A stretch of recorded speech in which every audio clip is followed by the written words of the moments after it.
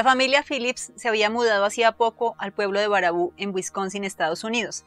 La noche del 29 de julio de 1995, Thaddeus, a quien llamaban Todd, el hijo de la familia, que tenía 13 años, se quedó dormido viendo la tele en la sala de la casa.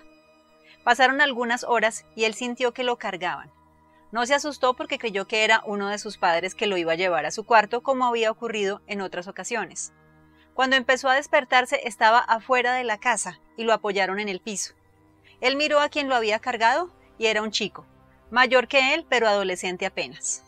Siguió tranquilo, todavía estaba adormilado, pensó que se trataba de algún conocido de la familia y que tal vez necesitaba ayuda para reparar su auto, y así se lo hizo saber. El otro joven dijo que sí, que su auto estaba al otro lado de la colina y lo invitó a ir con él.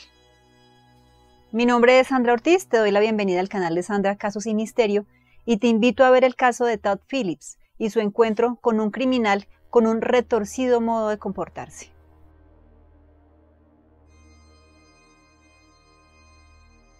Todd no desconfió y se fue con el adolescente. Pasaron la colina y no había ningún auto, pero sí una casa de aspecto abandonado. Al ingresar, la casa estaba muy desordenada. El joven dijo que se llamaba Joe y que planeaba dar una fiesta en la casa. Le nombró a algunos chicos que estaban invitados. Varios de ellos los conocía Todd de la zona. Eso le dio todavía más tranquilidad. Joe dijo que por qué mientras esperaban a que la gente llegara, no se ponían a ver modelos de autos. Todo ese tiempo fue muy amable con Todd, como si fueran amigos. Hablaban de autos y de béisbol y otros temas que parecían compartir. También dijo que vieran láminas de béisbol en el segundo piso, en la habitación de Joe. Subieron y una vez que estuvieron ahí, Joe cambió por completo. De súbito, arrojó a Todd sobre la cama. Le tomó un pie y empezó a torcerlo hasta que le rompió el tobillo y lo astilló. Si bien el dolor era muy fuerte para Todd, la sorpresa era aún más grande. Él lo empujó para que se detuviera y se dirigió a la escalera cojeando. La bajó, en el que sería su primer intento de fuga. Pero como estaba lastimado, Joe lo alcanzó rápidamente y lo llevó al sofá, arrastrándolo en medio de golpes y patadas. Allí le dobló una pierna sobre la cabeza y se agachó hasta partirle el muslo. Esto duró hasta la madrugada. Solo se detuvo porque ya estaba muy cansado y porque Todd había dejado de luchar. El agresor se acostó y le dijo a Todd que durmiera.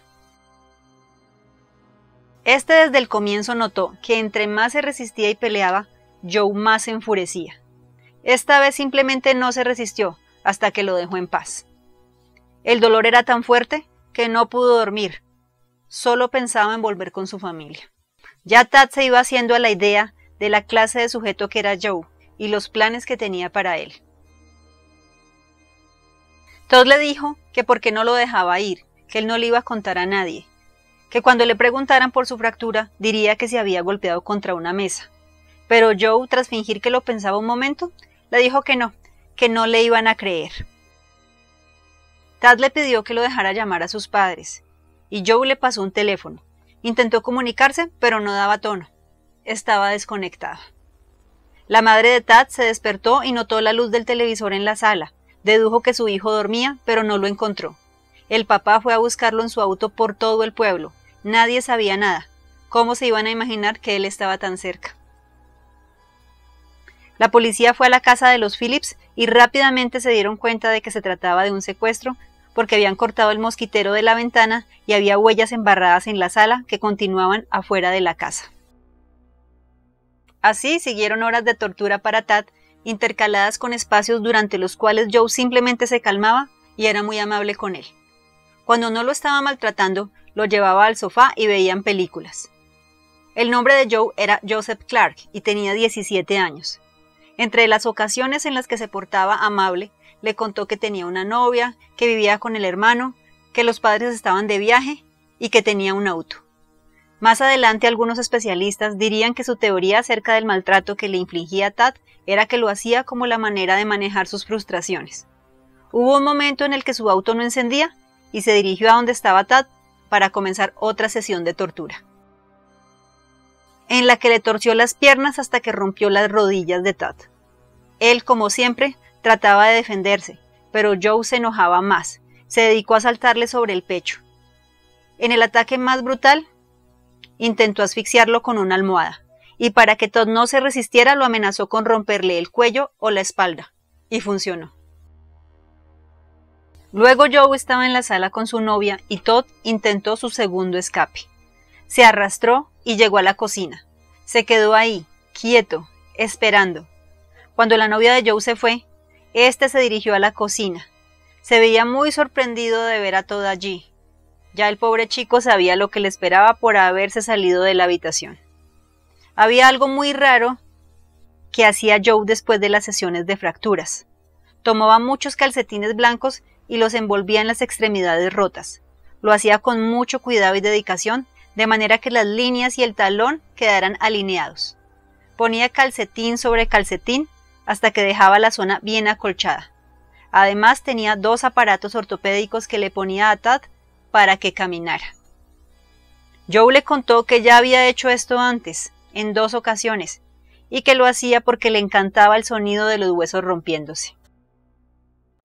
Cuando era de día, Joe salía a verse con amigos o la novia o a realizar diligencias personales, y Todd quedaba solo. Pero como había intentado escapar en 2 ocasiones, esta vez lo dejó encerrado en el armario de la habitación. Pero antes de irse, saltó sobre sus destrozadas piernas y lo pateó. Ese armario estaba igual que el resto de la casa.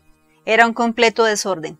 La temperatura era muy alta porque no había aire acondicionado en la vivienda y ahora estaba encerrado en ese pequeño espacio sin luz. Otra vez la adrenalina fluyó. Empezó a pensar en la manera de escapar de allí.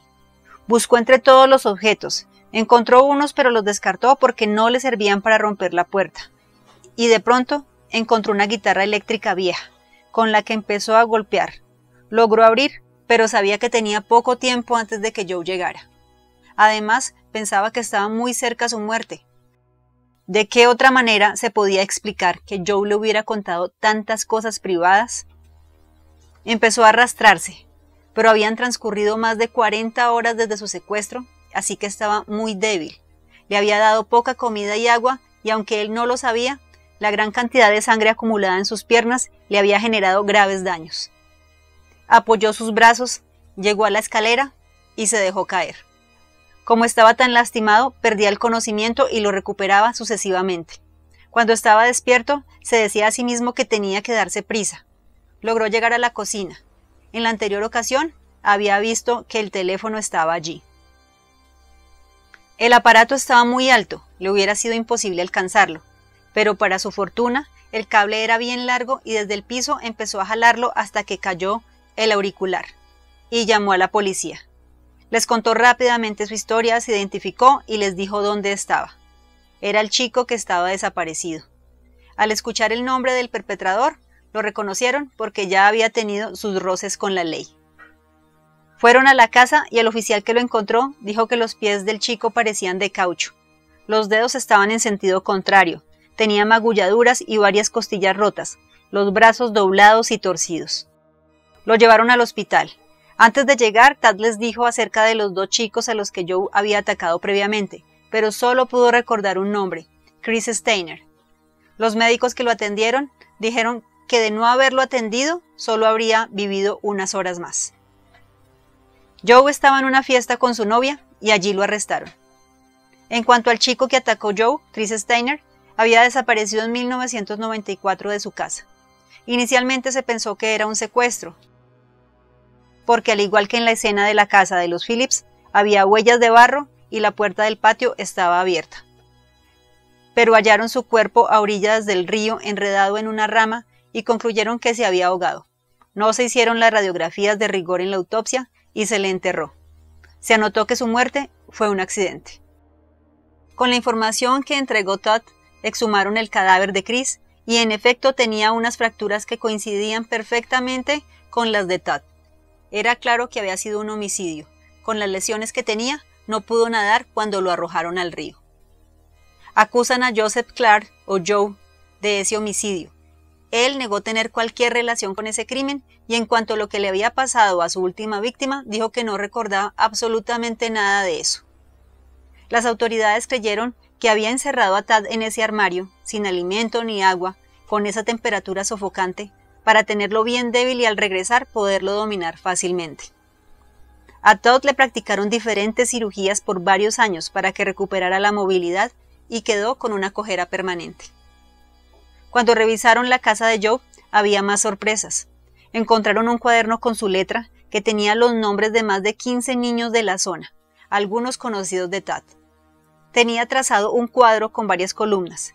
Eran los chicos que pensaba secuestrar y en cada columna indicaba qué iba a hacer con ellos. La primera columna decía, hacerlo ahora. La segunda, puedo esperar. Y la tercera, el asunto de la pierna. La defensa de Joe alegó locura. Su mamá le dio una coartada. Dijo que él dormía la noche del asesinato de Steiner y si hubiera salido tendría que haber pasado por la habitación de ella. Pero varios testigos aseguraron que este joven se escapaba con frecuencia por una ventana del piso superior. En 1997 lo condenaron por el caso de Steiner a prisión perpetua más 50 años. Un año después secuestró a Tad. Por ese caso recibió 100 años. Tad demandó a su atacante y obtuvo unos $21 millones. 6 de ellos serían para compensación, más de $30,000 en pagos médicos y 15 millones en punitivos. Claro que Joe Clark no tiene dinero, pero en caso de que obtuviera algún ingreso económico con su caso que fue tan particular, sería para Todd, quien en total soportó 43 horas de pesadilla a manos de un criminal que le fracturó ambos tobillos, la rodilla izquierda y el muslo derecho. Lo dejó lleno de contusiones y le pisoteaba las heridas para luego ofrecerle algo de comer. Si te preguntas por qué no le pidió ayuda a la novia de Joe, él simplemente dijo que no confiaba en ella, pensaba que se pondría de parte de su secuestrador. Espero que me dejes un comentario acerca de qué te pareció la forma de actuar de Joe Clark y el deseo de supervivencia de Todd. Si te sorprendió esta historia, déjame un me gusta, suscríbete y comparte el video. Gracias por acompañarme, nos vemos la semana entrante.